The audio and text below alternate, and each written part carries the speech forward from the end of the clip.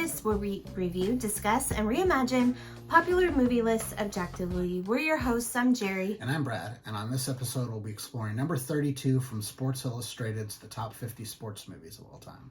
All right, and number 32 is Vision Quest. Released in 1985, directed by Harold Becker, starring Matthew Modine and Linda Florentino. A high school wrestler, obsessed with making weight to take on the top wrestler in the state, meets a woman who challenges his focus. Michael Schofield, is it Schofield? I'm not sure how to pronounce Schofield. Maybe it's Schofield. Michael Schofield, who played Jake Ryan in 16 Candles, is in this movie. Yeah, he kind of plays the best friend character. Yeah. So this is really like a coming of age story too. I would think, it takes place in high school. He's in the wrestling team. He's, for some reason, has this vision of, I am going to beat the best. I don't think that's for some reason. I think the filmmaker absolutely nails how a lot of single individual sport athletes are in their quest. Because when you play golf, when you play tennis, when you're a wrestler, it's a different mentality than when you're on a team sport. When you're on a team sport, you're kind of working towards the collective. Now, there's some selfishness and individuality in it, but when it's just you, it's all about, like, for him, it's all about the pursuit. Like, he doesn't care about anything else. He's gonna lose, he's in the 190 weight class, and the guy that he needs to wrestle against is in the 168 weight class. Mm-hmm. So he's got to lose, all this weight to be able to get to wrestle this guy. So that becomes, his focus. And he does all the crazy stuff, if you've ever known anyone who is a wrestler, does. They run in trash bags and stuff like that to lose all this weight. He's on this 600 calorie a day diet. And he's running to school, running to work, running home. Yeah. It's just and that's really realistic. I knew a few wrestlers. Do you think that's realistic for a teenage wrestler? I do. Yes, okay. I do. I knew guys exactly like him. Wow. There was a guy that lived down the street from me who was a wrestler, and he did a lot of this stuff. One of the girls I went out with in high school, her brother was a wrestler. He did a lot of this stuff. Maybe not to quite the extreme that he did, but it's in that culture. It's definitely that mentality. I think they nailed it. Honestly, I really think they nailed it. I also think they nailed that. The thing that's really kind of interesting about his character is how quirky he is. He's quirky, but everybody really likes him. He's a nice guy, and he's a good kid. He's really smart. Yeah. And he's trying to, his dad really thinks highly of him. His dad's doing the best that he can. The mom left them. Yeah, I mean he's still struggling with that, so his dad brings it up quite often, which bothers Matthew Modine's character, but for his character, he's very charismatic, he's very friendly, and he really listens to people. So it really, people enjoy being around him. His best friend, it's he loves him. And not only that, his best friend has a hard life, and Matthew Modine helps him out. That's kind of his personality, is to help. Linda Fiorentino's character, she buys a car from the dealer. His dad's an auto mechanic, and he works at this used car dealership, and she buys basically a lemon, and it really upsets his dad's character, and his dad and the salesperson get into a fist fight, which ultimately gets him fired. But she's kind of stuck. She was buying the car. She's trying to be an artist. She's buying the car so she can drive to San Francisco. They're in Spokane, Washington. And her whole thing is, she's going to take this car, drive to San Francisco, start her artistic life there, and now she's stuck. All of her money went into this car. So you know, Matthew Modine, you know, partly because she's gorgeous and he's into her, but, you know, also it's just his personality is to help. Hey, we've got another room. Yep. You know, she can stay with us. We'll work on the car and we'll get it ready for her and all this stuff. And, you know, over the course of, you know, all of that happening, she's a little bit older. She says she's 21. I think she's older than that. I don't know, but, you know, he's 18. And, you know, over the course of this, you know, he's falling in love with her, and she's actually really quite fond of him and eventually develops feelings for him too. Yeah. But the whole story is, you know, about, you know, how his focus wavers, and she's kind of she makes him look at life in two different ways. And one is life isn't all about wrestling, but at the same time, you know, carry through with what you're going to do. Like, if you're going to do this crazy shit that you're going to do, you got to do it. If you don't do it, you're going to regret it, and you're always going to think about it. So do it. It's nuts. I mean, it's just crazy. Hi, Poe. Got a little. He's not quite in frame, but he's very interested in what we're doing all of a sudden. You can probably see his shadow. What's the matter? Yeah, he's like staring at us. But yeah, this movie is really good. I haven't seen it in a while. Yeah, I don't think for some reason I was thinking what's her name? Virginia Manson? Yeah, I thought she was in this movie. I don't know why. But anyway, she's not in it.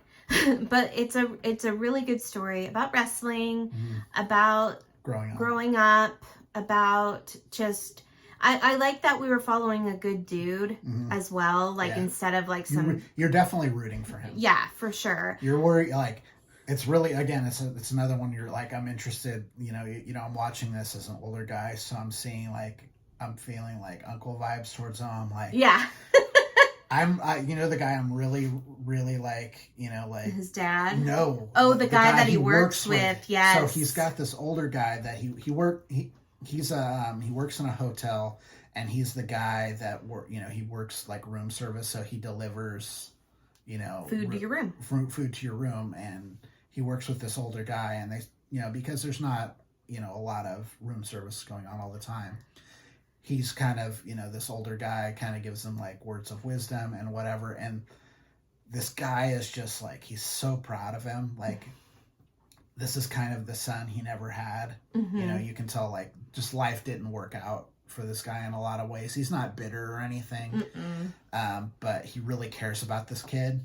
And I get that's the character that I most associated myself with, where I'd be like, you know, when we've had, you know, young people in our life this age, I'd be worried shitless. God, when we were watching this movie and he started getting sick because he wasn't eating enough and stuff, and I'm like, don't tell me this fucker dies. Please don't do this to me, because like I was starting to get worried about it, but he doesn't. Yeah. Spoiler alert. Yeah. But what do you think, like, at the end of this movie, you know, he has this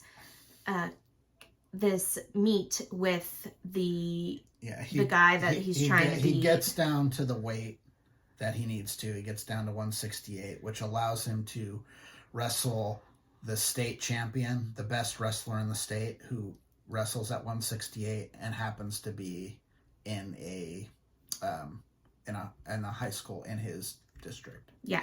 Which I don't think is that far off. I mean, no. In Washington, the best wrestlers... Especially in Eastern Washington? Yeah, well, they're either going to probably come from Spokane or Seattle, right? So, you know, most likely that's where the two big population centers in the state are, right? So the top wrestler's probably going to come from one of those areas. Yeah. So it's not that, I mean, if it's not that far-fetched that they could be in the same area. So what I was saying was, he plays this guy and he wins, and it's like, oh yeah, all that. What do you think would happen if he lost? I think it would be a far more interesting story. Yeah.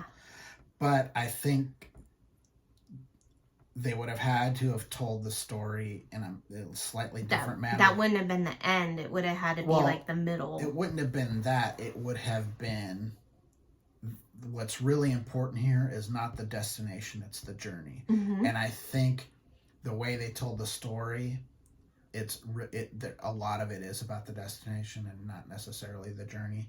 So if they had done it where this story is about the journey more than the destination, then it doesn't matter whether he wins or loses. Kind of like Rocky. Yes. But Rocky doesn't win.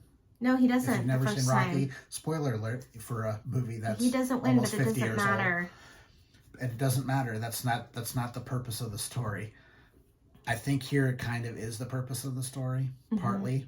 I think the one thing that they missed out on in the story, and I think they kind of set it up and they really didn't carry through, is after all the stuff that happened, Daphne Zuniga's character should have become his love interest. He should have been mature enough at that point to realize that he's got all kinds of things in common with this girl and she's the appropriate age, versus Linda Fiorentino's character, who is way old and, you know, living a little faster life than this high school kid. He should have ended up with her, and they don't really carry through on it because she's clearly into him. Oh yeah. And I think that was kind of a miss in the story. Well, I think that it would have been more interesting if he had lost. I agree. I think that it would have been more of a learning lesson. And who knows where he would have gone from there. Like, would he have learned enough to rise above it and like keep moving on? Maybe doing something else in his vision, or reapproaching it again later on? Or would it have devastated him like his dad was devastated by his mom and not able to move on? That's the thing I was thinking of. It would just be loss upon loss, right? His mom has left, and it doesn't seem like she has much to do with him, her son. And then, you know, Linda Fiorentino things don't work out with her for obvious reason. Yeah. And then if he, on top of that, he loses the match, like, what is that? Does he rise above that? I kind of think he has the personality to do it. Yes. But I don't think they set up the story. But I agree. I think it would be a far more interesting story if he loses. Like, you know, I think a lot of these movies, I think, would be more interesting if they don't always win in the end. I feel like they're, you know, like 4 out of 5 movies, they win in the end. Well, it's kind of the trope, right? Is part of the reason that people watch these is they want to see the underdog win, or, you know, the people that you're rooting for win. Because in life, a lot of times we don't win. A lot of the time. Sometimes you actually tie. All right, so how did we score it? I gave it a 66. You gave it a 71, so the list score is 68.5. All right. If you've seen Vision Quest and you would like to make a comment, please do so. Please subscribe to our channel. If you'd like to talk to us directly, please do so at ratingthelist@gmail.com. I guess that's it for now. I'm Jerry. I'm Brad. And we're Rating the List. We'll see you next time. Bye. Bye.